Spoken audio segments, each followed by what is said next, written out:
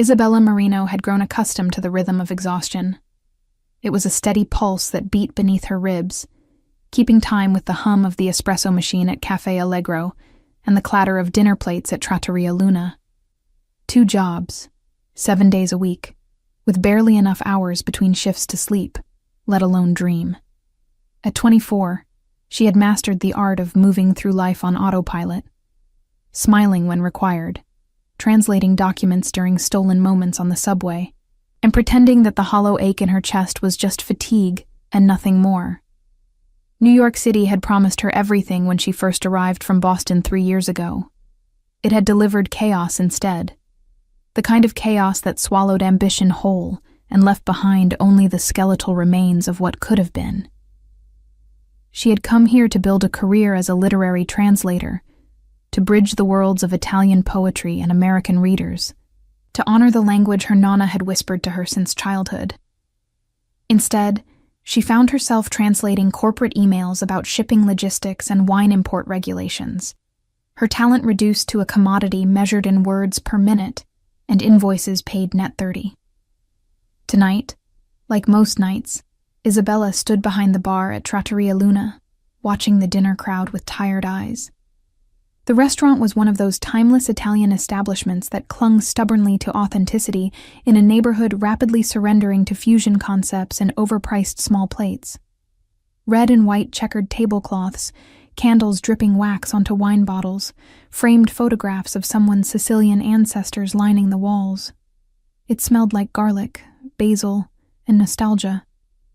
A scent that should have comforted her but instead reminded her of everything she'd left behind. She had just finished pouring a Chianti for table 7 when the door opened, letting in a gust of October wind, and a man who seemed to carry the weight of the city on his shoulders without breaking a sweat. Isabella noticed him immediately, though she pretended not to. Everyone noticed him. It wasn't just his height or the way his dark gray suit fit him like it had been designed with his specific body in mind, though both were impressive. It was the way he moved through space as if he owned it, as if every room he entered recalibrated itself around his presence. Matteo Romano. She didn't know his name yet, but she would learn it soon enough, along with the warnings that came attached to it. He sat at the corner table, the one reserved for VIPs, and people who tipped in hundreds rather than 20s. His dark hair was swept back in that effortless Italian way that looked artless, but probably required more product than Isabella used in a month. A thin gold chain caught the candlelight at his throat, visible where his crisp white shirt was unbuttoned just enough to suggest he didn't believe in following anyone's rules but his own. His forearms, exposed where he'd rolled his sleeves to his elbows, were decorated with ink, intricate designs that wrapped around muscle and sinew like secrets written on skin. Isabella felt something stir in her chest, a dangerous flutter of interest she immediately crushed beneath the heel of practicality. Men like that were trouble. She'd seen enough of them in her years in the city to recognize the type. Too handsome, too confident, too accustomed to getting exactly what they wanted without having to ask twice. The kind of man who probably thought a smile was currency, and a woman's resistance was just foreplay. She approached his table with her customer service smile firmly in place, the one that was friendly enough to earn tips, but distant enough to discourage conversation. "Good evening. Can I start you with something to drink?" He looked up from his phone, and Isabella found herself caught in the crosshairs of the most unsettling gaze she'd encountered in years. His eyes were dark, almost black in the dim restaurant lighting, and they assessed her with an intensity that felt physical. Not leering. She would have known how to handle that. This was different. This was the look of someone who saw past the uniform and the rehearsed pleasantries, someone who recognized the exhaustion she tried so hard to hide. "Brunello di Montalcino," he said, his voice low and rich, with just enough Italian in the pronunciation to make it clear he wasn't showing off. This was simply how he spoke. "The 2016, if you have it." Of course he would order the most expensive wine on the menu. Isabella noted it on her pad without comment, her expression carefully neutral. "And for dinner?" "I'll need a few minutes." He returned his attention to his phone, dismissing her with the casual ease of someone who had never had to consider whether his dismissals hurt. Isabella walked away, telling herself the heat in her cheeks was irritation and nothing more. She put in the wine order and busied herself with other tables, but she remained hyper-aware of him throughout the evening. He ordered the bistecca alla Fiorentina, rare, and ate with the focused attention of someone who appreciated good food, but didn't feel the need to perform gratitude. He took 2 phone calls during dinner, his conversation clipped and efficient, conducted in Italian too rapid for most of the staff to follow, but perfectly clear to Isabella, who caught fragments despite herself. Business talk, something about a shipment delay and a meeting pushed to Thursday. It was when she brought his espresso, served in the tiny demi-tasse cup that tourists always complained about, that everything changed. "Is there anything else I can get for you?" she asked, setting the cup down with practiced precision. "Actually, yes." He looked up at her, and this time his gaze lingered on her face with open curiosity. "You're Italian, not Italian-American, Italian-Italian. Where from?" The question threw her off balance. "My family is from Sicily, but I was born here." "Your accent when you speak English," he continued, as if she hadn't just tried to shut down the conversation. "Very slight, but it's there. And you understood every word I said on the phone, didn't you?" He smiled, and the expression transformed his entire face from intimidating to devastating. "You were listening." Isabella felt her defenses snap into place like armor. "I was working, not listening. And even if I was, your business is none of mine." "Good." His smile widened. "I prefer people who mind their own business, but I'm curious now. What brings a Sicilian girl to a mediocre Italian restaurant in Manhattan, when you could probably be doing something far more interesting with your time and talent?" The presumption in his question, the casual entitlement of it, sparked something hot and reckless in Isabella's chest. She'd been swallowing her pride and her opinions for so long, packaging herself into something palatable for customers and bosses, and clients who saw her as nothing more than a service to be consumed. And here was this man, this stranger in his expensive suit with his expensive wine, making assumptions about her life like he had any right to an opinion. "Rent," she said flatly. "Bills. The same things that bring most people to jobs they're overqualified for." "Will that be all?" She turned to leave, but his voice stopped her. "I didn't mean to offend you." "You didn't." She looked back at him, her customer service smile back in place, though it felt brittle now, ready to crack. "Will there be anything else?" For a moment, he simply studied her, and Isabella had the uncomfortable feeling that he was cataloging everything about her, the shadows under her eyes, the way her shoulders carried tension like a weight, the slight tremor in her hands that came from too much coffee and not enough sleep. Then he shook his head slowly, almost regretfully. "No, nothing else. Thank you." Isabella walked away feeling oddly unsettled, as if something significant had just happened and she'd missed it entirely. She cleared tables, took orders, smiled until her face hurt, and tried not to notice when he paid his bill and left, leaving behind a tip that was generous but not ostentatious. Not trying to buy anything, just fair. It was past midnight when she finally clocked out, her feet screaming in her sensible work shoes, her lower back a symphony of dull pain. She waited for the night bus on the corner, her coat pulled tight against the October chill, her mind already racing ahead to tomorrow's translation deadline and the stack of bills waiting on her kitchen counter. The streets were still alive with that particular Manhattan energy that never quite dimmed, even in the small hours. She didn't see him again that night. But somehow, Isabella knew, with that particular instinct that lives somewhere between intuition and dread, that the man in the gray suit was going to become a problem. The question was what kind of problem, and whether she had the energy left to deal with it. The second encounter came 3 days later, on a Thursday, that had started badly and spiraled downward from there. Isabella's laptop had died mid-translation, taking with it 2 hours of unsaved work. Her landlord had slipped a rent increase notice under her door, and the cafe where she worked mornings had cut her hours, citing economic uncertainty, while simultaneously hiring the owner's nephew. By the time she arrived at Trattoria Luna for the dinner shift, Isabella's carefully maintained composure was hanging by a thread. She was wiping down menus in the back when Maria, the hostess, poked her head through the doorway, her expression caught between amusement and concern. "Your boyfriend is here. Corner table again." "I don't have a boyfriend," Isabella said automatically, not looking up from the menu in her hands, where someone had spilled what appeared to be marinara sauce across the dessert section. "Well, somebody forgot to tell him that. He asked for you specifically, by name." Maria waggled her eyebrows suggestively.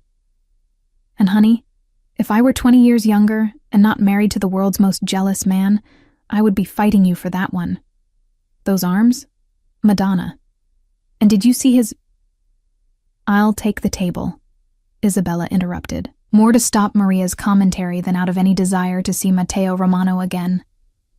She checked her reflection in the small mirror by the staff lockers, tucking a strand of dark hair back into her ponytail and attempting to rub some of the exhaustion from her face.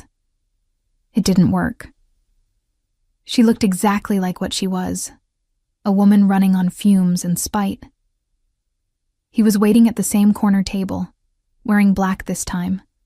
Black shirt, black suit jacket draped over the chair, black watch that probably cost more than Isabella made in 6 months. The gold chain at his throat caught the light. His forearms, exposed again where he'd rolled his sleeves, displayed those same intricate tattoos she'd noticed before. Geometric patterns that suggested Italian heritage, mixed with something more personal, more deliberate. Not the impulsive ink of youth, but the chosen markings of a man who understood the permanence of decisions. "Good evening," Isabella said, falling back on professional courtesy because it was safer than anything else.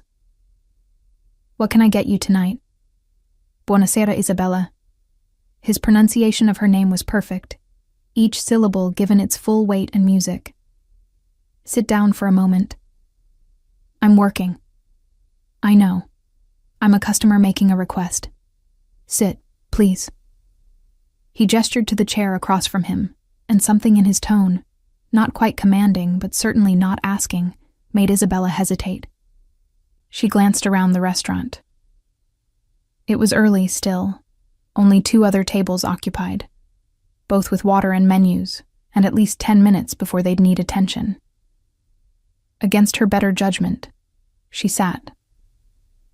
"I wanted to apologize," Matteo said, before she could ask what this was about. "For the other night, I was rude. I made assumptions about your situation without knowing anything about you, and that was—" He paused, seeming to search for the right word. "Unacceptable." Isabella blinked, caught completely off guard. In her experience, men like him didn't apologize. They justified, explained, deflected, but they didn't simply admit fault and leave it at that. "Oh, well, thank you, I suppose." "You suppose?" His mouth curved into something that might have been amusement. "That's not exactly a gracious acceptance." "I wasn't aware I needed to be gracious about someone apologizing for their own bad behavior," Isabella shot back, and immediately regretted it. This was a customer. She was supposed to be professional, accommodating, pleasant. But something about him shorted out her usual filters, made her respond with the sharp edge she usually kept carefully sheathed. To her surprise, he laughed, a genuine sound of delight that transformed his entire face. "No, you're absolutely right. I like that. Most people just accept apologies like they're trinkets being handed out. You make me work for it." "I'm not trying to make you do anything," Isabella said, starting to rise from her chair. "Now, if you'll excuse me, I should get back to—" "Wait, please." He held up a hand, and again, Something in the gesture made her pause. "I have a proposal for you, a business proposal." Isabella sat back down slowly, suspicion warring with curiosity. "What kind of business proposal?" "I need a translator. Not just any translator. I need someone who understands both the formal and colloquial registers of Italian. Someone who can navigate technical legal language, but also capture nuance and subtlety. Someone who grew up with the language, who thinks in it, not just speaks it." He leaned forward slightly, his dark eyes intent on her face. "I've been asking around. Maria mentioned you work 2 jobs, that you translate documents freelance, that you studied literature at university, but ended up here." The fact that he'd been asking about her should have raised red flags. Instead, Isabella found herself leaning forward too, drawn in despite her wariness. "What exactly would I be translating?" "Contracts initially. I'm opening a new venture, a cultural center and gallery space in Tribeca. It's a partnership between American investors and Italian cultural institutions. Everything needs to be translated, reviewed, refined. Legal documents, grant applications, exhibition catalogs, correspondence. It's a 6-month project, possibly extending to a year. The pay is..." He named a figure that made Isabella's breath catch in her throat. Per month. That was more than she currently made from both jobs combined. She stared at him, trying to find the catch, because there had to be a catch. "Why me? There are professional translation agencies that handle this kind of work. People with reputations, portfolios, references. I've met with 3 agencies. They're all competent, they're all expensive, and they're all missing something." He tilted his head slightly, studying her with that same unnerving intensity she remembered from their first meeting. Passion. Understanding. The sense that language is something alive, something that matters beyond just accuracy. When you took my order the other night, you didn't just hear me. You listened. You understood every word I said on the phone. And more than that, you understood the context, the subtext. That's what I need. Not just someone who can translate words, but someone who can translate meaning. Isabella's heart was racing now, though she tried to keep her expression neutral. This was too good to be true. This was exactly the kind of opportunity she'd dreamed about when she first moved to New York. The kind of project that could transform a resume, open doors, prove she was more than just a warm body filling in gaps in the service industry. But she'd learned the hard way that opportunities that seemed too good to be true usually were. "I'd need to see the contracts," she said carefully. "Review the scope of work, the timeline, the terms. I'm not agreeing to anything without understanding exactly what's expected." "Of course." He pulled a business card from his jacket pocket and slid it across the table. Matteo Romano. The card read in elegant letterpress, "Cultural Development." Below that, a phone number, an email address, and an address in Tribeca. "Come by my office tomorrow afternoon, 2 o'clock. I'll have everything ready for review. If you're not interested after seeing the details, no hard feelings. But Isabella..." He caught her eyes again, and she felt that strange flutter in her chest return. "This is legitimate. I'm not trying to trick you or trap you. I'm just trying to build something meaningful, and I think you could help me do that. And I think it could help you too." She took the card, her fingers brushing against his for a brief moment that sent an unwelcome spark of electricity up her arm. "I'll think about it. That's all I'm asking." He sat back, and just like that, the intensity drained from the moment, replaced by easy courtesy. "Now for dinner, I'll have the osso buco, and a bottle of the Barolo this time.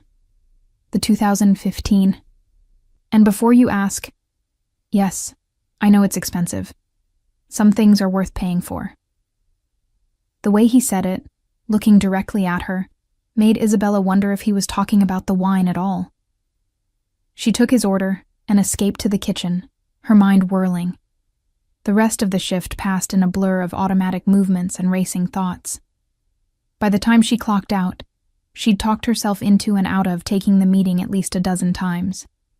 She pulled out her phone on the bus ride home and researched Matteo Romano, finding surprisingly little for someone who carried himself with such authority. A few mentions in business journals about cultural initiatives. A photograph from a charity gala 3 years ago, him in a tuxedo beside an older man identified as his father, Salvatore Romano. References to the Romano family's influential presence in New York's Italian-American business community, a phrase that could mean anything from legitimate success to something considerably darker. But nothing concrete, nothing damning. Just the vague sense that the Romano name carried weight, and that weight could be burden or protection depending on which side of it you stood.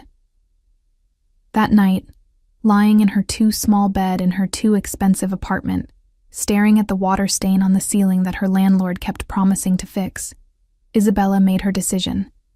She would go to the meeting. She would review the contracts. And if everything checked out, if this was truly the legitimate opportunity it appeared to be, she would take it. Not because of Matteo Romano's intense dark eyes or his devastating smile. Not because of the way he said her name like it was something precious. But because she was tired of surviving. She was ready to live again. She just hoped she wasn't making the biggest mistake of her life. The office was not what Isabella expected. She'd imagined something cold and corporate, glass and steel and minimalist furniture that cost more than it should. Instead, she found herself in a converted loft space in Tribeca, all exposed brick and soaring ceilings, filled with natural light streaming through enormous windows that overlooked the Hudson River. Art lined the walls, contemporary Italian pieces mixed with classical prints, carefully curated to suggest both heritage and progress. A restoration work table occupied one corner, covered with what appeared to be fragments of antique frames being painstakingly repaired. Everything about the space suggested passion and attention to detail, the work of someone who genuinely cared about preservation and beauty, rather than simply profiting from them. Matteo was waiting for her at a large wooden table that served as both desk and conference space. Several thick folders spread before him. He'd traded his formal suit for dark jeans and a crisp white shirt. Still polished, but more approachable. Still wearing the gold chain. Still with his sleeves rolled to reveal those tattoos. He looked up when she entered, and his face brightened with what appeared to be genuine pleasure. "Isabella, thank you for coming. Coffee? Espresso? I have a machine that actually works, unlike whatever disaster you're probably used to." Despite her nervousness, Isabella found herself smiling. "Espresso would be perfect, thank you." He moved to a professional-grade espresso machine. Of course, he had a professional-grade espresso machine, and began the familiar ritual. Isabella watched his hands work with the precision of practice, the intimate knowledge of temperature and timing that came from growing up with the ritual. "You make your own coffee?" "My assistant thinks I'm insane," he admitted, not looking up from the machine. "But some things shouldn't be delegated. Espresso is sacred. Like family recipes or first kisses or the proper way to argue with someone you care about." He glanced at her then, and something in his expression made her pulse quicken. Some things require personal attention. He brought her the espresso in a proper cup, not the paper nonsense most offices used, and gestured for her to sit. They settled across from each other at the table, and Isabella forced herself to focus on the documents rather than the man presenting them. He walked her through everything methodically: the scope of the translation project, the timeline, the compensation structure, the rights and ownership clauses. It was all exactly as he'd described: legitimate, generous, professionally structured. The Cultural Center project itself was fascinating. A partnership between the Romano family's foundation and several Italian cultural institutions to create a permanent gallery space, artist residency program, an educational center focused on preserving and promoting Italian art, literature, and craft traditions in America.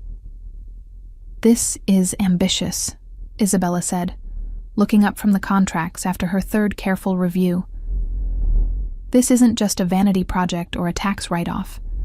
This is real. Matteo leaned back in his chair, his fingers steepled beneath his chin. My father built his reputation in hospitality. Hotels, restaurants, that kind of thing.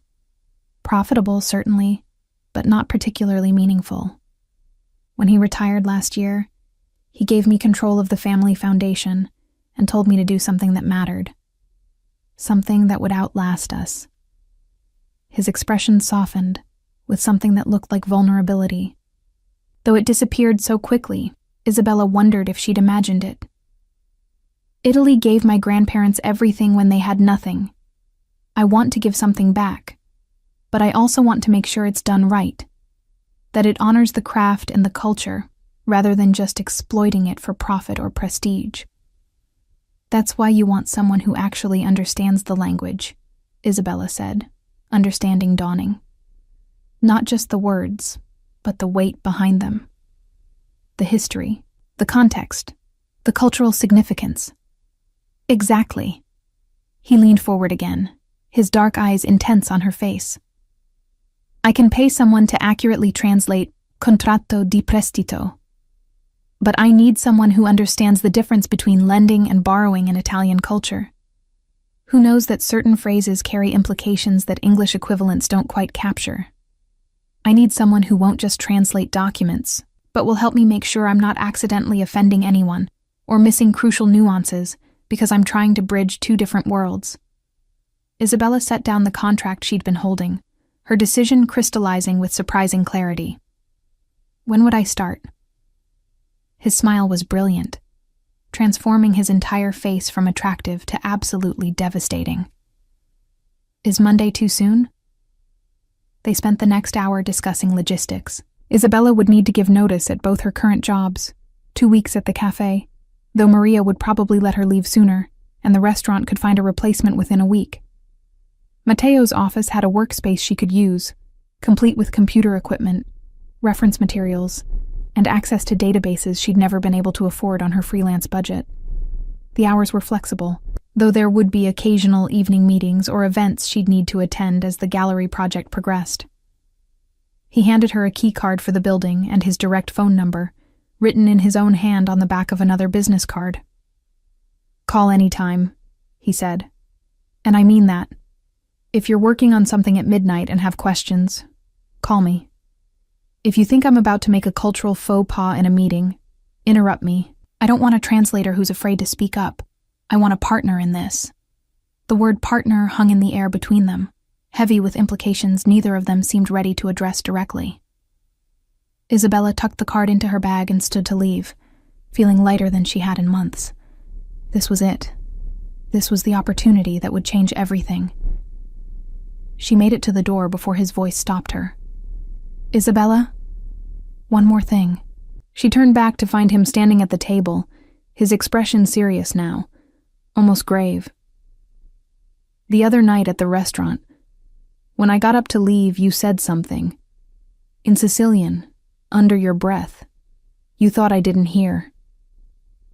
Isabella's stomach dropped. She'd been so tired, so irritated by his presumption and his casual assessment of her life. She'd muttered an insult her grandmother had used when particularly exasperated with stubborn men. Testa di ferro arrogante, arrogant iron head. It was juvenile and petty, and she'd regretted it the moment it left her mouth.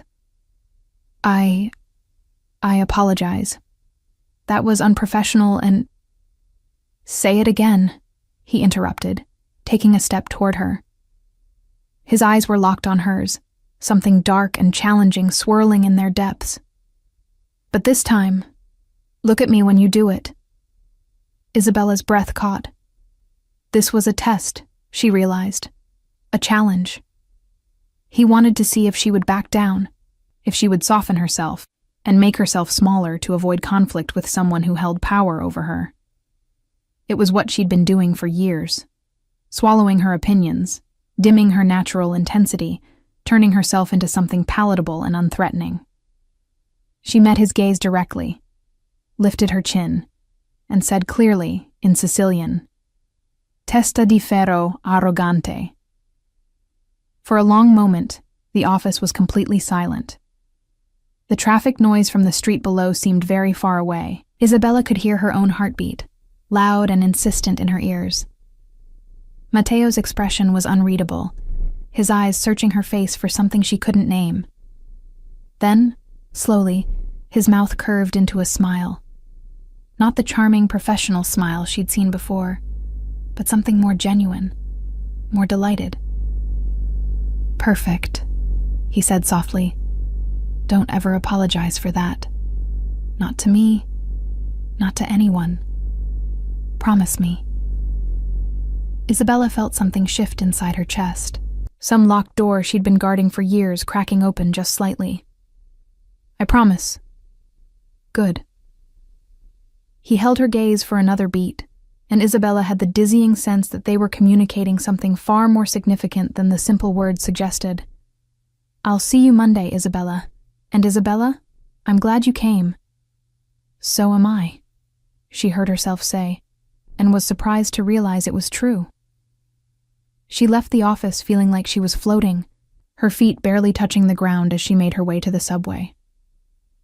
The October sun was bright overhead, warming the city with that particular golden light that made even the concrete and steel look beautiful. People rushed past her with the typical Manhattan urgency, but for once, Isabella didn't feel like she was drowning in the current. For once, she felt like she was exactly where she was supposed to be. That evening, she drafted her resignation letters, professional, grateful, appropriately regretful. She called her nonna in Boston, who answered on the second ring and immediately demanded to know what was wrong, because Isabella never called during dinner hour. When Isabella explained about the new job, about the translation work in the cultural center, her grandmother was silent for a long moment before saying in Italian, "This man, the one who offered you this job, he's the reason your voice sounds different. Lighter. What's his name?" "Matteo Romano," Isabella admitted. "But Nonna, it's not like that. This is purely professional. It's an incredible opportunity and—" her grandmother interrupted, in that particular way that suggested she saw far more than Isabella was saying. "The Romanos are an old family. Powerful. Complicated. Be careful, Tesoro. Sometimes opportunity and danger wear the same face. But also," her voice softened, "sometimes the biggest risk is not taking any at all. You've been so careful for so long, Isabella. So afraid of being hurt or disappointed. Maybe it's time to be brave." After they said goodbye, Isabella sat in her apartment as the sun set over the city, her grandmother's words echoing in her mind. Be brave. She'd spent so long just trying to survive that she'd forgotten what it felt like to actually want something, to reach for something beyond mere existence. Matteo Romano was offering her a chance to remember. Whether that made him an opportunity or a danger remained to be seen. Probably, she admitted to herself, as she watched the lights begin to glow across the Manhattan skyline. He was both. And maybe that was exactly what she needed.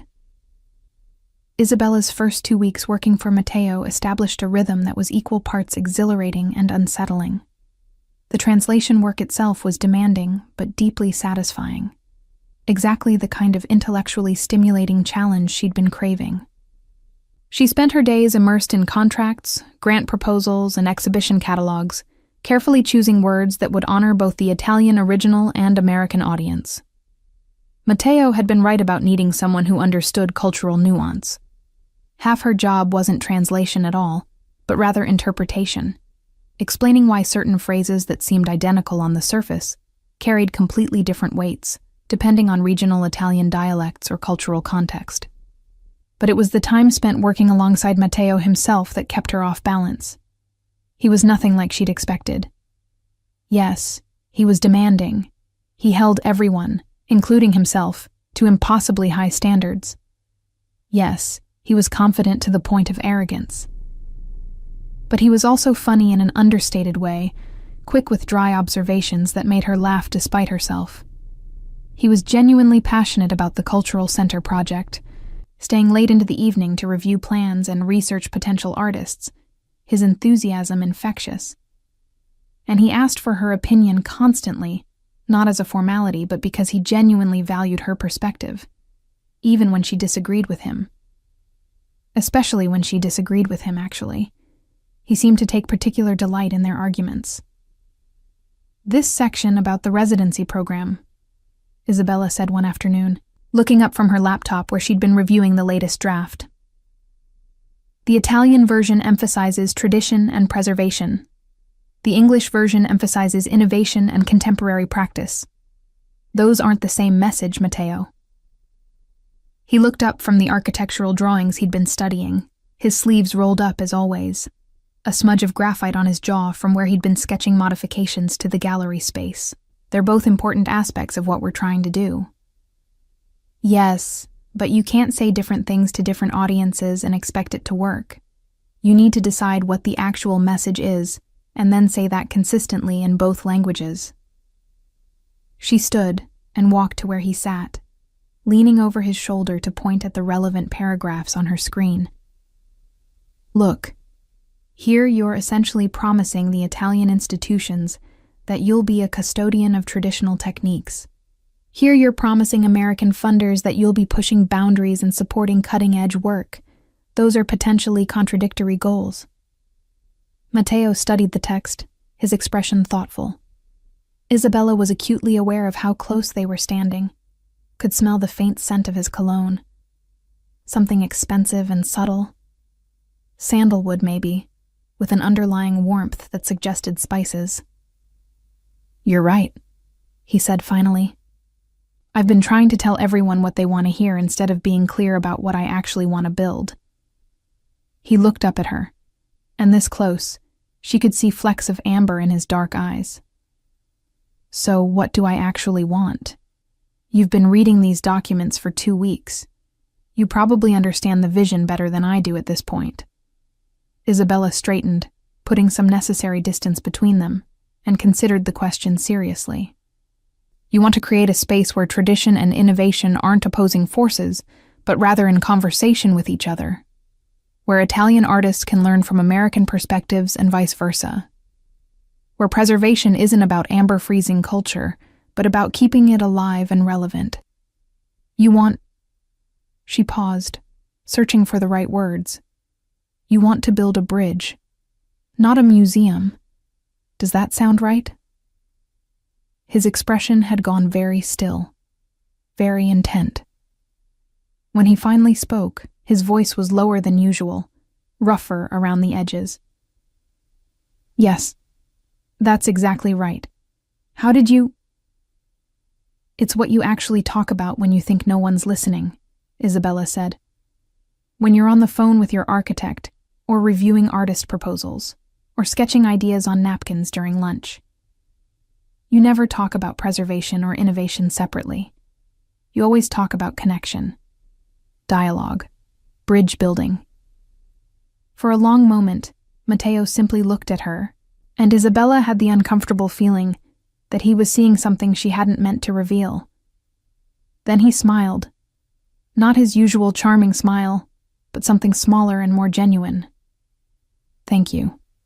For paying attention. For caring enough to pay attention."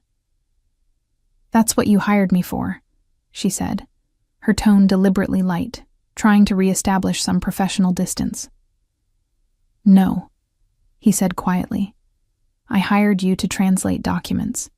This, understanding what I'm actually trying to do, helping me see it more clearly. That's something else entirely. That's something you choose to do." Isabella returned to her desk without answering, her heart beating slightly too fast. Moments like this had been happening with increasing frequency, moments when the professional boundaries they'd carefully maintained seemed to blur into something else, something neither of them was quite ready to name or address. She told herself it didn't mean anything. That intensity and long hours naturally created a sense of intimacy that could be mistaken for something deeper, that Matteo probably had this effect on everyone who worked closely with him, and she was foolish to think she was somehow special. But then there were the other moments, The times when she'd look up from her work to find him watching her with an expression she couldn't quite read. The way he remembered details about her life she'd only mentioned in passing. That she preferred her espresso with just a hint of sugar. That she called her grandmother every Sunday evening. That she couldn't work if there was too much noise but needed some background sound or the silence became oppressive. The way he'd started bringing pastries from a specific Sicilian bakery in Brooklyn because he'd noticed her eyes light up when she mentioned it. Small things. Thoughtful things. The kind of things that suggested he was paying attention to her with the same focused intensity she'd been trying not to pay to him. It all came to a head 3 weeks into the job, during their first major event. The cultural center was still months from opening, but Matteo had organized a preview reception for potential donors, partner institutions, and selected artists. It was held at one of the Romano family's hotels, a boutique property in Soho that had been recently renovated in a style that managed to honor the building's 19th century bones while feeling utterly contemporary. Isabella had been asked to attend as Matteo's translator for the evening, facilitating conversations with the Italian guests and helping to ensure nothing was lost in translation during presentations. She'd bought a new dress for the occasion, spending more than she should have from her first substantial paycheck. It was black, elegant, with a neckline that was professional, but still suggested she possessed collarbones and a figure worth noticing. She'd left her hair down for once, falling in dark waves over her shoulders, and applied makeup with a careful hand. When she arrived at the hotel, she felt nervous in a way that had nothing to do with the work responsibilities of the evening. Matteo was in the lobby talking to the hotel manager when she walked in. He looked up as she approached, and whatever he'd been saying died mid-sentence. His eyes traveled over her once, quickly, before returning to her face with an intensity that made her skin feel warm. "Isabella, you look..." He paused, seeming to search for the right word in either English or Italian, and finding neither language sufficient. "That dress is going to make it very difficult for me to concentrate on business tonight." It was delivered lightly, almost as a joke, but there was something underneath the words that felt heavier, more real. "Thank you," Isabella managed, her voice thankfully steady. "You clean up well yourself." That was an understatement. Matteo in a formal suit was almost unfairly attractive. The jacket was perfectly tailored to his broad shoulders. The crisp white shirt, a stark contrast to his olive skin. His dark hair was swept back as usual, and the gold chain at his throat caught the light. But it was the way he carried himself. The absolute confidence mixed with something that looked almost like anticipation, that made him truly compelling. The evening proceeded smoothly. Isabella fell into the familiar role of interpreter, facilitating conversations between Italian representatives and American donors, explaining cultural references and context where needed. She watched Matteo work the room with practiced ease, seeing new dimensions to him in this context. He was charming, certainly, but there was genuine substance beneath the charm. He spoke about the Cultural Center project with real passion, and when people asked questions, his answers revealed deep knowledge and careful thought. Midway through the evening, during a presentation about the residency program, one of the Italian cultural ministers made a comment in rapid Sicilian dialect, something about hoping the project would respect traditional methods rather than diluting them with American commercial priorities. It was delivered as a polite concern, but there was an edge underneath, a test to see how Matteo would respond. Before Isabella could translate, Matteo answered directly in Italian, his accent flawless, his word choice perfect.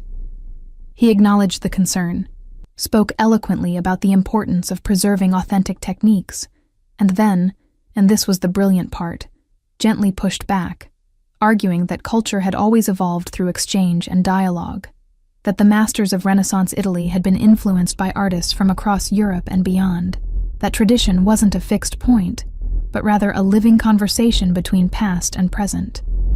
The minister looked impressed and slightly chastened. Several other Italian guests nodded approval. Isabella felt a surge of something that was definitely not attraction, absolutely not pride, because that would suggest she was emotionally invested in Mateo's success, which she certainly was not. "You didn't need me to translate that," she murmured when they had a moment alone by the bar. "No," he agreed, accepting a glass of Prosecco from the bartender. "But I needed you here anyway. You notice things.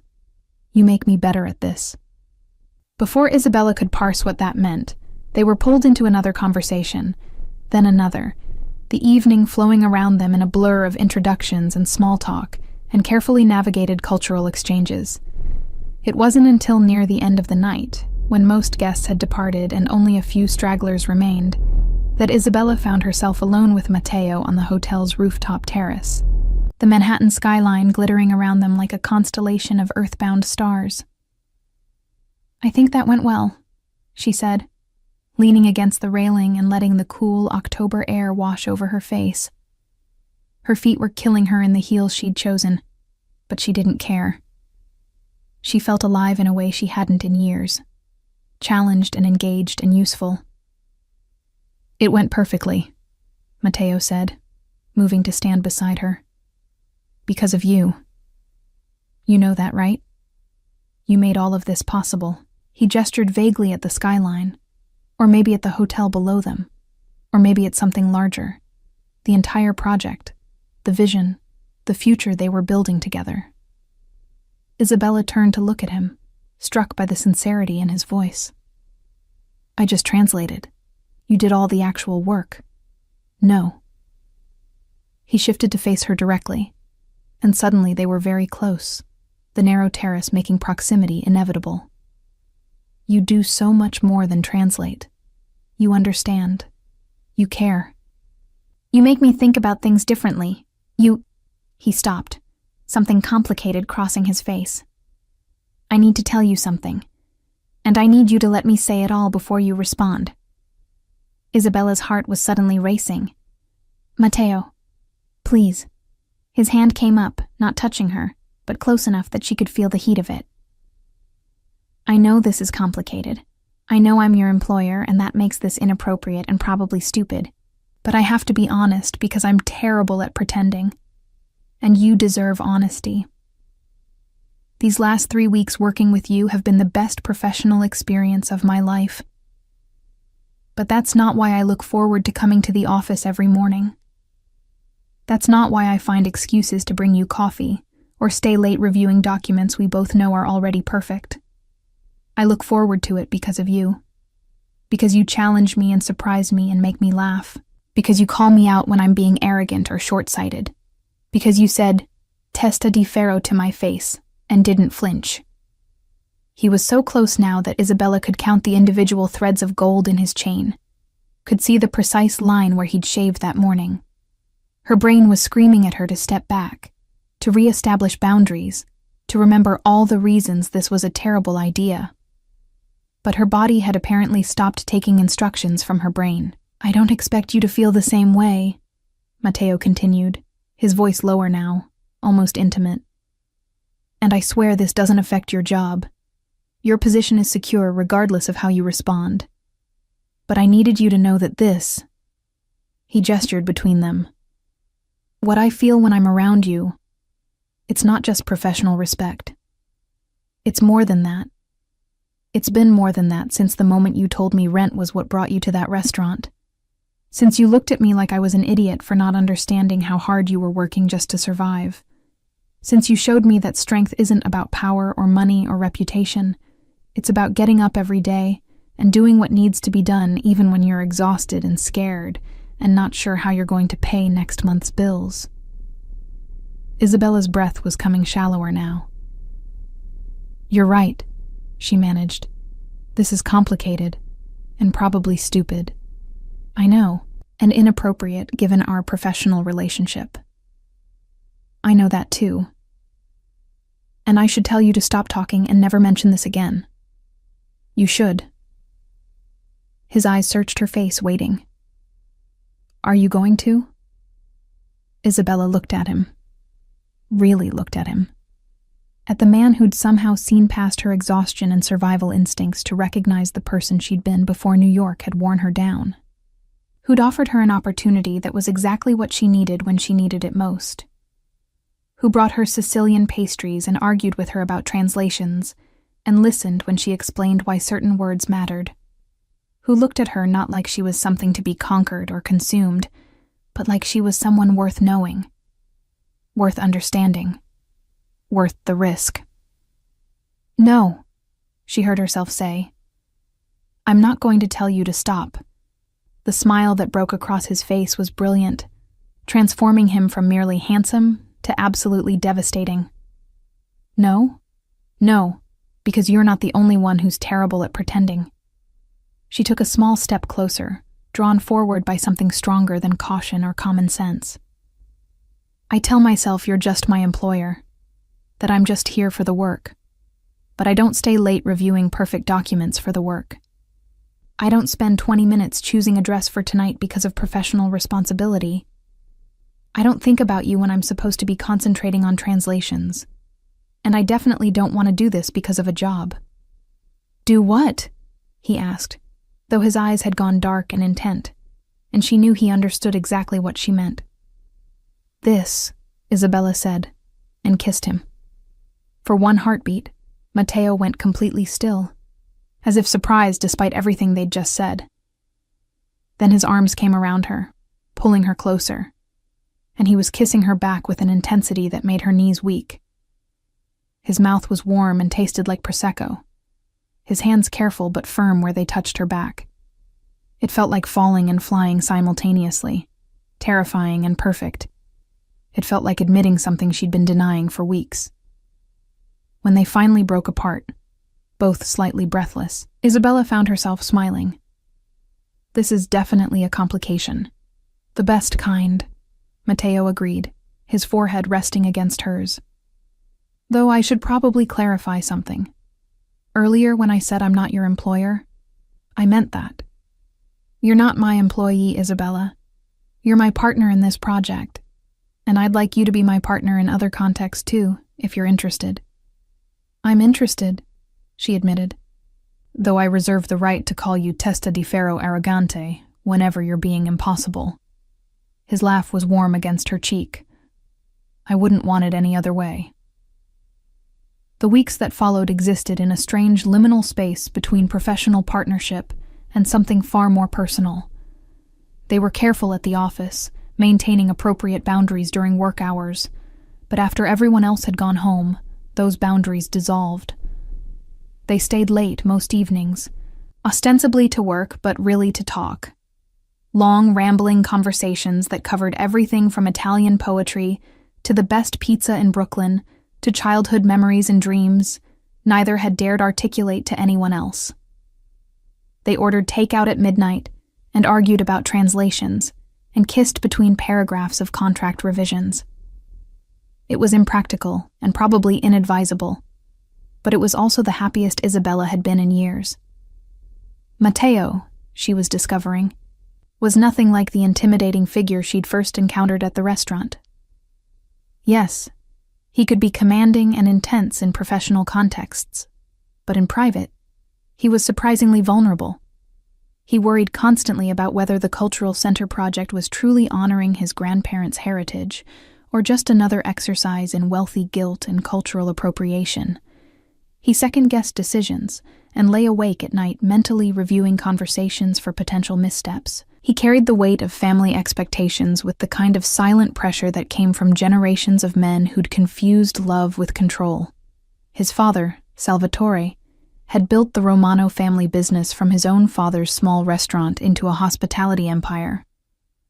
He'd done it through hard work and careful investments, and, as Matteo admitted carefully one evening, through relationships and leveraged power structures that existed in the gray areas between legitimate and something else. Nothing criminal exactly, but the kind of connections that came with certain expectations and obligations. Matteo had spent his 20s trying to prove himself worthy of the Romano name, taking over struggling hotels and turning them into destinations, earning his father's approval through ruthless efficiency and business acumen. Only recently had he begun to question whether that was actually what he wanted, whether success measured in profit margins was the legacy he hoped to leave. My father thinks I'm wasting the family foundation on vanity projects, Matteo confessed one night, his head in Isabella's lap as they stretched out on the office couch after a particularly long day of meetings. Her fingers were running through his hair in a gesture that had become automatic, comforting for both of them. He doesn't understand why I care about preserving craft traditions or supporting artists who'll never generate significant revenue. He thinks culture is something you consume, not something you invest in. But you don't, Isabella observed. You think culture is something alive, something that needs tending and protecting and room to grow. I think it's what makes us human, he said quietly. I think my grandfather, who came to New York with nothing but recipes and hope, carried more real wealth in his traditions and stories than my father has accumulated in decades of business success. And I think if we lose that, if we let it all become commercialized and homogenized, we lose something essential about who we are. It was conversations like this that made Isabella fall for him, slowly and then all at once. Not the grand gestures or expensive gifts, though Matteo was certainly capable of both, but the quiet moments when he let down his guard and showed her the person underneath the power, the person who cared deeply, who felt things intensely, who was trying so hard to honor his past while building something meaningful for the future. Of course, nothing existed in a vacuum. 5 weeks into their relationship, if that's what they were calling it, Isabella met Matteo's father. It wasn't planned. She'd been at the office on a Saturday afternoon, working through a challenging translation of an exhibition catalog, when Salvatore Romano arrived unannounced. She heard raised voices from Matteo's private office and looked up to see an older man in an immaculate suit, clearly agitated, gesturing emphatically while he spoke rapid Italian. Matteo's responses were quieter, measured, but Isabella could hear the tension underneath. She should have left, given them privacy, but something kept her frozen at her desk, listening despite herself. "This is exactly the problem," Salvatore was saying. "You're so focused on this art project that you're neglecting real business. The Midtown Hotel needs attention. The restaurant group is struggling. And you're here playing curator instead of—" "I'm building something that matters," Matteo interrupted, his voice sharp. "Something that will last beyond quarterly earnings reports. And who's going to see it? Who's going to care?" Salvatore's voice dripped with frustration. "You're a Romano. We built our name on hospitality, on service, on giving people what they want, not on forcing high-minded cultural education down their throats." "Maybe that's the problem," Matteo said, and Isabella heard a door open. "Maybe we've spent so long giving people what they want that we've forgotten to ask what they need." Salvatore emerged first, his face flushed with anger. He noticed Isabella at her desk and stopped, his expression shifting to calculation. "And who's this?" "Isabella Marino," Matteo said, appearing behind his father. His jaw was tight, his eyes flashing with irritation. "She's my partner on the Cultural Center project. Isabella, this is my father." The word partner hung in the air with deliberate ambiguity. Salvatore's gaze swept over her once, assessing, and Isabella fought the urge to shrink under the scrutiny. This was a man accustomed to evaluating people like assets, determining their value and potential utility with ruthless efficiency. "Marino," he repeated. "Sicilian?" "My grandparents immigrated from Palermo," Isabella said, keeping her voice steady and professional. She stood, extending her hand. "It's nice to meet you, Mr. Romano." He shook her hand briefly, his grip firm and impersonal. "And what exactly does a partner on this project do?" "Translation, primarily," Isabella said before Matteo could answer. "Documents, correspondence, cultural consultation, anything that requires bridging Italian and American perspectives." She met his eyes directly, refusing to be intimidated. "Your son is building something remarkable. I'm just helping him communicate it clearly." Salvatore's expression suggested he found this answer marginally acceptable, though hardly impressive. Well, good luck with that. He turned back to Matteo. We'll talk Monday about the Midtown situation. Don't ignore my calls.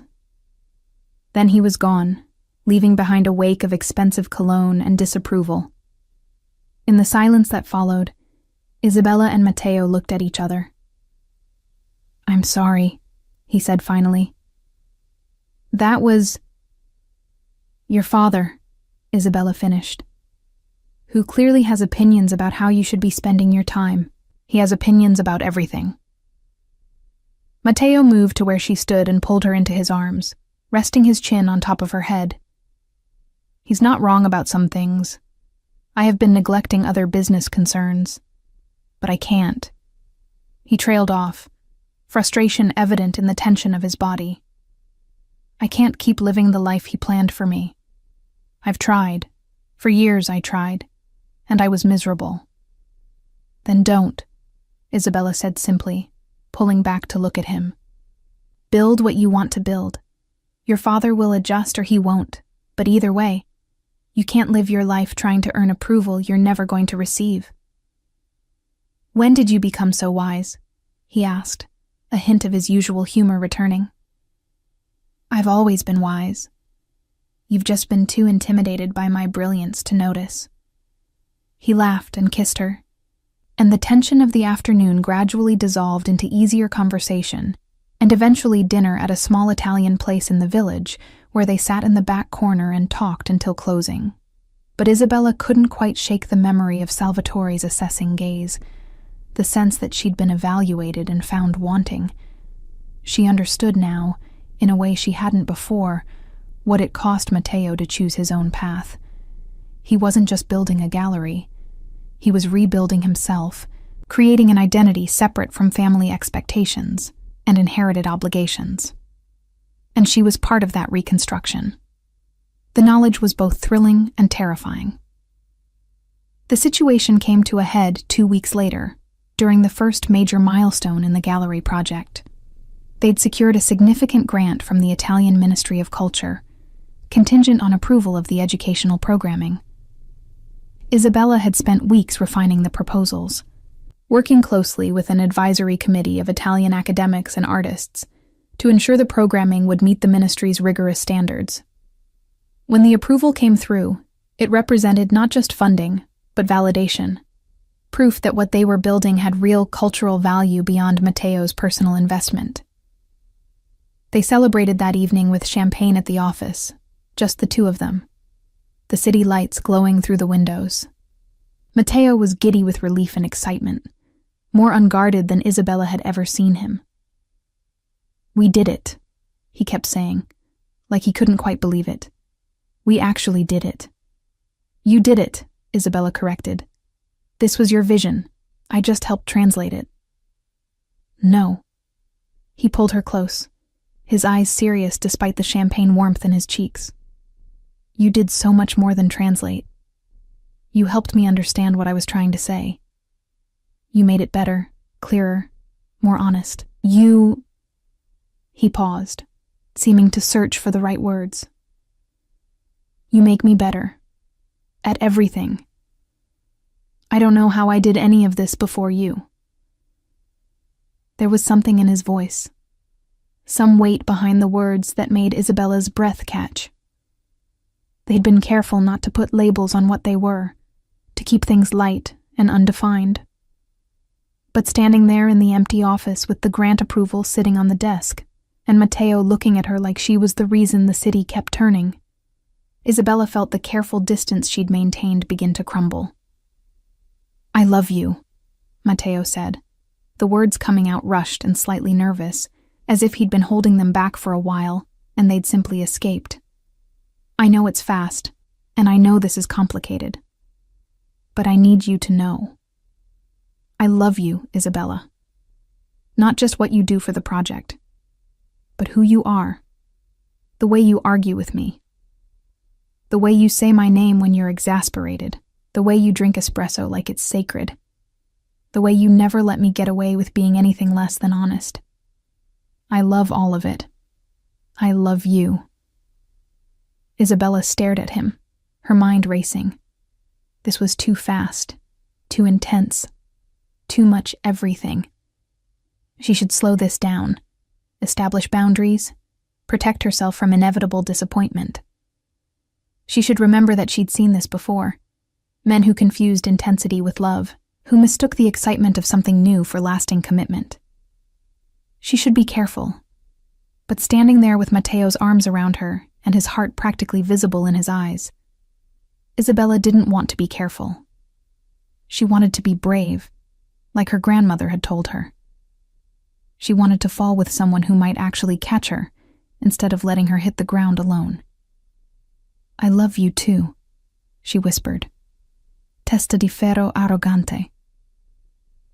His laugh was joyful and relieved, and then he was kissing her with the kind of intensity that made the whole world disappear. They made love right there in the office, on the couch where they'd spent countless evenings talking, surrounded by blueprints and translation drafts and all the evidence of what they'd built together. It felt like a declaration, not just of love, but of commitment to whatever complicated, imperfect thing they were creating together. Afterward, lying tangled together with the city humming below them, Matteo traced patterns on her bare shoulder. "Move in with me," he said quietly. "I know it's too soon to say things like that, but I'm saying it anyway. I want to wake up with you. I want to come home to you. I want all of it." Isabella's first instinct was to refuse, to insist they take things slowly, maintain separate spaces, keep some part of herself protected just in case. But that was the old Isabella talking, the woman who'd been beaten down by too many disappointments, who'd learned to expect the worst because the worst kept finding her. This Isabella, the one Matteo had helped her rediscover, wanted different things. She wanted risk and hope and possibility. She wanted him. "Yes," she said, "but I'm keeping my apartment for 6 months, just in case." "Just in case of what?" "Just in case you get tired of me using all the hot water and leaving books everywhere and cursing in Sicilian when I'm frustrated." He pulled her closer. "Never going to happen." 6 months later, Isabella stood in Matteo's apartment, their apartment, getting ready for the Cultural Center's inaugural exhibition opening. The space was beautiful, a Tribeca loft with soaring ceilings and river views, filled with art and books, and the kind of thoughtful details that revealed two people learning to share a life. Her clothes hung in the closet beside his suits. Her espresso machine, better than his, much to his chagrin, had pride of place in the kitchen. Her photographs joined his family pictures on the walls. It was a life she'd never quite let herself imagine, one that felt both thrillingly new and comfortably inevitable. The past months had been intense. Moving in together had revealed all the small irritations and adjustments that came with intertwining lives. Matteo was obsessively organized in some ways and completely chaotic in others. He left coffee cups everywhere and had strong opinions about proper pasta cooking techniques. Isabella discovered she was territorial about workspace and needed alone time to recharge in ways that had nothing to do with him. They argued, frequently, passionately, in multiple languages. But they also learned each other's rhythms, created rituals, built something sturdy beneath the initial intensity. The cultural center itself had opened 2 months ago, and the response had exceeded even Matteo's ambitious hopes. The programming Isabella had developed attracted serious artists and scholars while remaining accessible enough to draw curious locals. Reviews praised the space for successfully bridging high culture and community engagement, for creating something that honored Italian traditions while remaining vigorously contemporary. Most importantly, it felt alive, always full of people talking, creating, learning. Matteo's vision had become reality, and watching him move through the space he'd built, seeing the quiet satisfaction on his face, filled Isabella with pride that had nothing to do with her own contributions. But tonight was special. Tonight's exhibition, Crossing Borders, Contemporary Italian Artists in Dialogue, represented the culmination of everything they'd been working toward. Established Italian artists paired with emerging American talents, each collaboration exploring themes of heritage, translation, and cultural exchange. Isabella had been deeply involved in the curation, using her linguistic and cultural expertise to help forge connections between artists who might not otherwise have found common ground. "You look beautiful," Matteo said, appearing in the bathroom doorway. He was already dressed, wearing a black suit that made him look criminally attractive, his hair styled in that perfect, slightly messy way that suggested effortless elegance. The gold chain at his throat caught the light. His shirt sleeves were already rolled to reveal his forearms, and those tattoos she'd traced with her fingers countless times. "Though I'm biased." "You're very biased," Isabella agreed, smoothing the red dress she'd chosen for tonight. It was bolder than her usual choices, the color vibrant and confident. 6 months ago, she wouldn't have worn something this attention-drawing.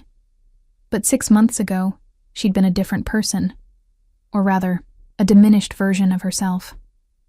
Matteo had helped her remember she was allowed to take up space, to be seen, to be proud of what she'd accomplished. "Do you think your father will come?" Matteo's expression flickered with something complicated. His relationship with Salvatore remained strained. The older Romano had never explicitly approved of the cultural center, though he'd stopped actively undermining it. And he'd never quite warmed to Isabella, though he'd learned to treat her with cool professional courtesy. He said he'd try, but he's in Boston for a business meeting, so. He shrugged, trying to project indifference that didn't quite ring true. "Either way, tonight is going to be incredible. We've done something really special, Isabella." "You've done something special," she corrected, moving to straighten his collar unnecessarily, just wanting an excuse to touch him. "I just helped with the words." "You keep saying that, and you keep being wrong." He caught her hands in his dark eyes intense on her face. "This whole project exists because you understood what I was trying to say before I could articulate it myself. You took a wealthy guy's guilty conscience and helped me turn it into something meaningful. You made me believe I could build something that honored my heritage without being trapped by it. He paused, swallowing hard. "You changed my life, Isabella. In every possible way." She kissed him softly, tasting the familiar warmth of his mouth, feeling the familiar flutter in her chest that still hadn't faded.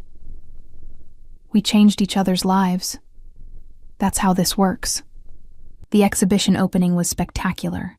The gallery was crowded with collectors, critics, artists, cultural officials, and curious members of the public. Isabella spent the evening in her element, translating conversations, facilitating introductions, watching connections form between people who'd approached the exhibition from wildly different perspectives.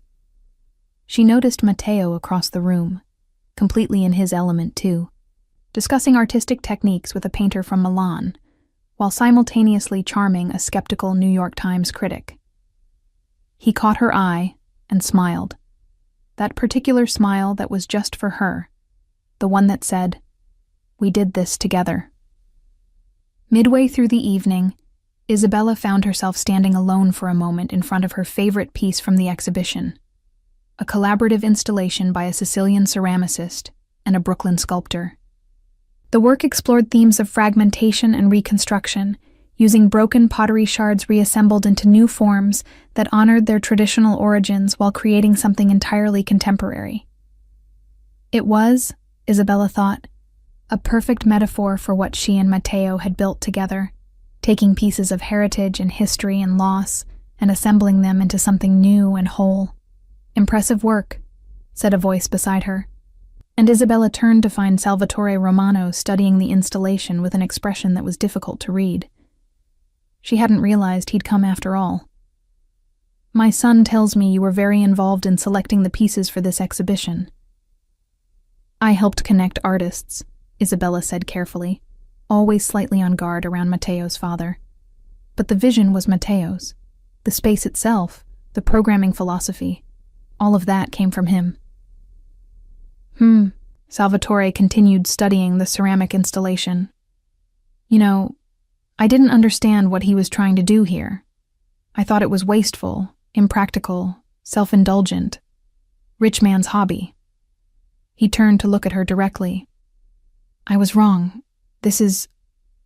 He gestured at the crowded gallery, the animated conversations, the clear evidence of genuine cultural engagement.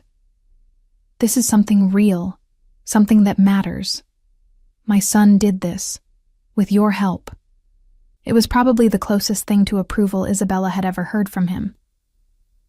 He's incredibly talented, she said quietly. And he cares deeply about honoring his family's heritage while building something new.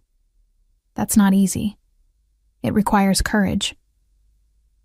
It requires someone who believes in him, Salvatore corrected. Someone who sees past the family name and the family business and the family expectations to the person underneath.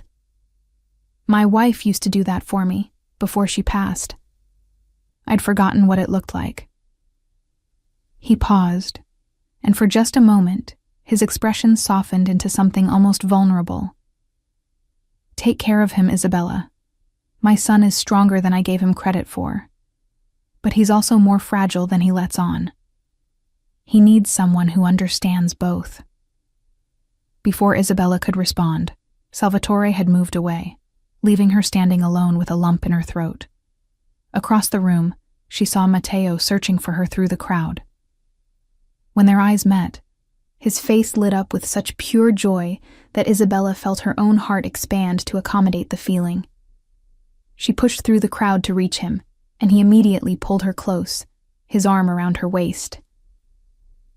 There you are, he murmured against her hair. I was looking for you. I was talking to your father, she said, still processing the brief conversation. I think he just gave us his blessing. Sort of. Matteo pulled back to look at her, surprise evident on his face. Really? What did he say? That you're stronger and more fragile than he realized. That you need someone who understands both. She reached up to touch his face, feeling the familiar scratch of evening stubble against her palm. He's right, you know.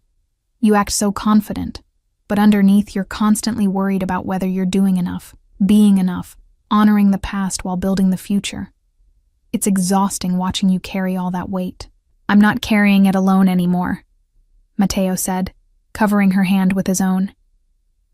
That's what you don't seem to understand, Isabella. Before you, I was doing all of this by myself.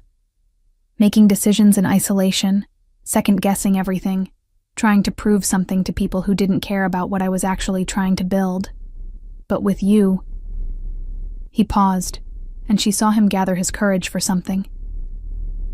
With you, everything makes sense. You're not just my translator or my partner in the cultural center. You're my partner in life. You're the person who makes me believe I can be both a Romano and myself. You're... He stopped talking, and suddenly dropped to one knee, right there in the middle of the crowded gallery, pulling a small velvet box from his jacket pocket. The conversations around them gradually quieted as people noticed what was happening. Isabella felt her breath catch, her hand flying to her mouth in shock.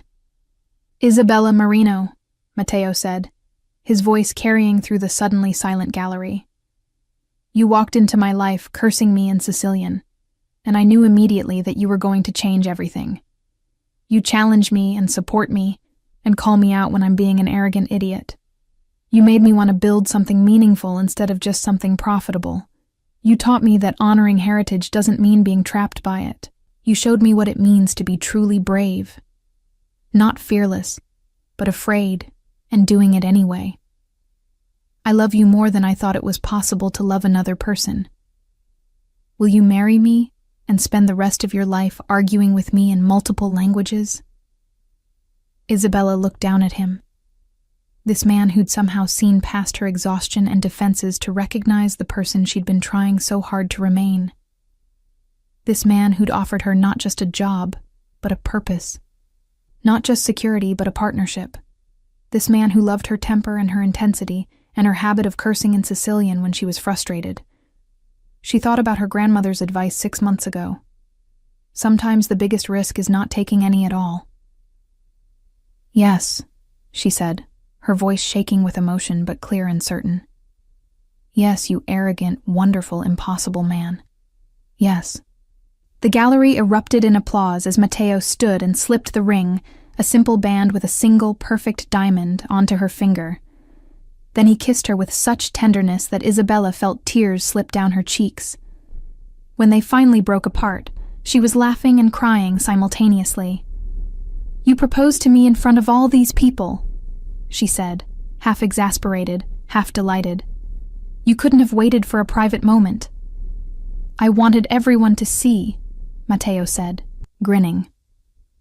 "I wanted witnesses. I wanted the whole world to know that Isabella Marino, who once called me testa di ferro arrogante, and meant it, agreed to spend her life with me. That's the kind of miracle that needs to be documented." "You're ridiculous," she said, but she was smiling through her tears. "You love me anyway." "Unfortunately, yes, I do." The rest of the evening passed in a blur of congratulations and champagne toasts and delighted conversations. Isabella caught sight of Salvatore at one point, standing at the edge of the crowd, and was surprised to see him smiling. Actually smiling, as he watched his son celebrate. He caught her eye and raised his glass in a small salute, acknowledgement and approval, finally, freely given. As the night drew to a close and guests gradually departed, Isabella found herself back in front of the ceramic installation with Matteo beside her, his arm around her waist, the unfamiliar weight of the engagement ring on her finger. "We did it," she said softly. "We built something beautiful." "We're building something beautiful," Matteo corrected. "This is just the beginning. The gallery, the marriage, the life. It's all just starting, and I can't wait to see what we create together." Isabella leaned into him, feeling the solid warmth of his body, breathing in his familiar scent. 6 months ago, she'd been exhausted and defeated, serving wine to indifferent customers and barely surviving. Now she was standing in a gallery she'd helped build, wearing an engagement ring from a man she loved deeply, surrounded by evidence that beautiful things could emerge from broken pieces if you were willing to do the work of reassembling them. "Say it one more time," Matteo murmured against her hair. "For luck." Isabella laughed, knowing exactly what he meant. She pulled back just enough to look him in the eye, channeling every ounce of exasperated affection she felt, and said clearly in Sicilian, "Testa di ferro arrogante." Matteo's smile was brilliant. "That's my girl. Now let's go home." And so they did. Home to their shared apartment, their intertwined lives, their complicated, imperfect, absolutely perfect future. Isabella had cursed him quietly in Sicilian that first night, and he'd grinned and told her to say it again but looking at him. She'd spent the month since looking at him, really looking, and finding someone worth every risk, every vulnerability, every brave choice. Sometimes love didn't announce itself with trumpets and guarantees. Sometimes it arrived disguised as irritation and insult, and only revealed its true nature slowly, in stolen moments and shared work, and the gradual realization that you'd found someone who made you want to be the fullest version of yourself. Sometimes the man you cursed in Sicilian turned out to be the man who'd help you remember how to dream again. And that, Isabella thought as they walked hand in hand through the Manhattan streets toward home, was the best kind of unexpected ending, which was really just another way of saying beginning.